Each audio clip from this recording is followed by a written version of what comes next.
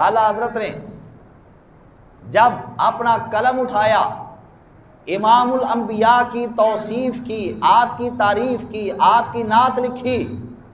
یا کسی بھی نبی کی شان کے اندر آپ نے کلام کیا، اعلیٰ حضرت امام اہل سنت سرکار نے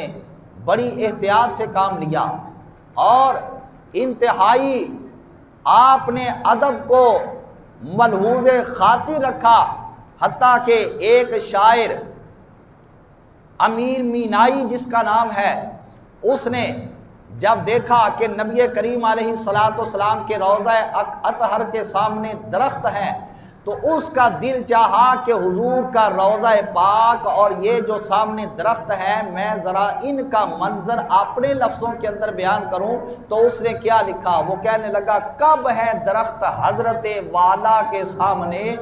مجنوں کھڑے ہیں خیمہ لیلا کے سامنے۔ کہ یوں لگتا ہے کہ سرکار دو عالم صلی اللہ علیہ وسلم کے اس روضہ پاک کے سامنے جو درخت ہیں، یوں لگتا ہے کہ یہ درخت اس طرح کھڑے ہیں کہ جس طرح مجنوں لیلا کے خیمہ کے سامنے کھڑے ہوں۔ جب اعلیٰ حضرت امام اہل سنت تک یہ کلام پہنچا، آپ سرکار نے فرمایا نہیں، ادب رسالت آپ کو مد نظر نہیں رکھا گیا، نہ ہمارے آقا و مولا کے روضہ پاک کو لیلا کے خیمہ سے تشبیہ دینا درست ہے، اور نہ ان درختوں کو مجنوؤں کے ساتھ تشبیہ دینا درست ہے۔ ہمارے آقا و مولا صلی اللہ علیہ وآلہ وسلم کے روضہ اطہر اور اس کے سامنے کھڑے ہوئے درختوں کا اگر منظر بیان کرنا ہو تو آؤ آپ کو احمد رضا بتاتا ہے کہ اس کے لیے الفاظ کون سے استعمال کرنے چاہیے۔ اعلیٰ حضرت امام اہل سنت رحمت اللہ تعالی علیہ نے فرمایا، کب ہے درخت حضرت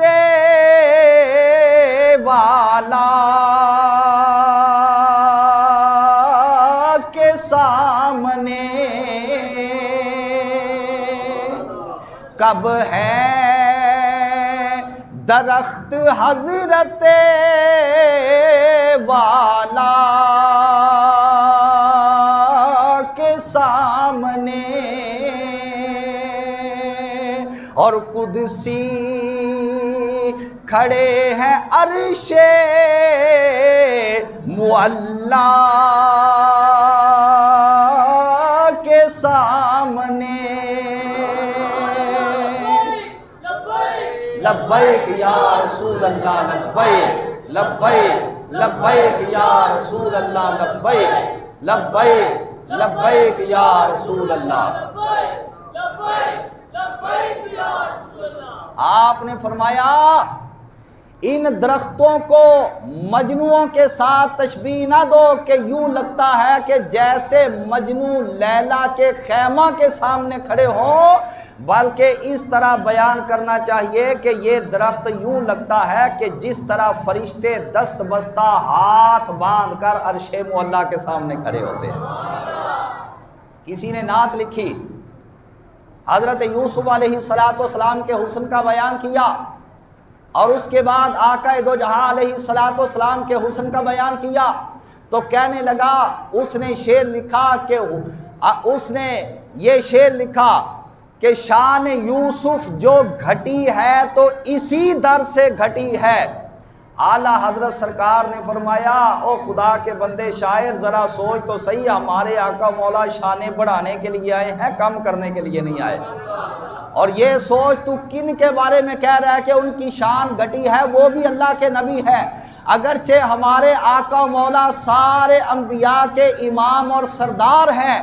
لیکن ہمارے آقا و مولا دوسرے انبیاء کی شان گھٹانے کے لیے نہیں آئے، ان کی شان بھی بڑھانے کے لیے آئے ہیں۔ تو حضور والا پھر کس طرح لکھا جائے؟ آپ نے فرمایا اس طرح لکھنا چاہیے کہ شان یوسف بھی بڑی ہے تو اسی در سے بڑی ہے،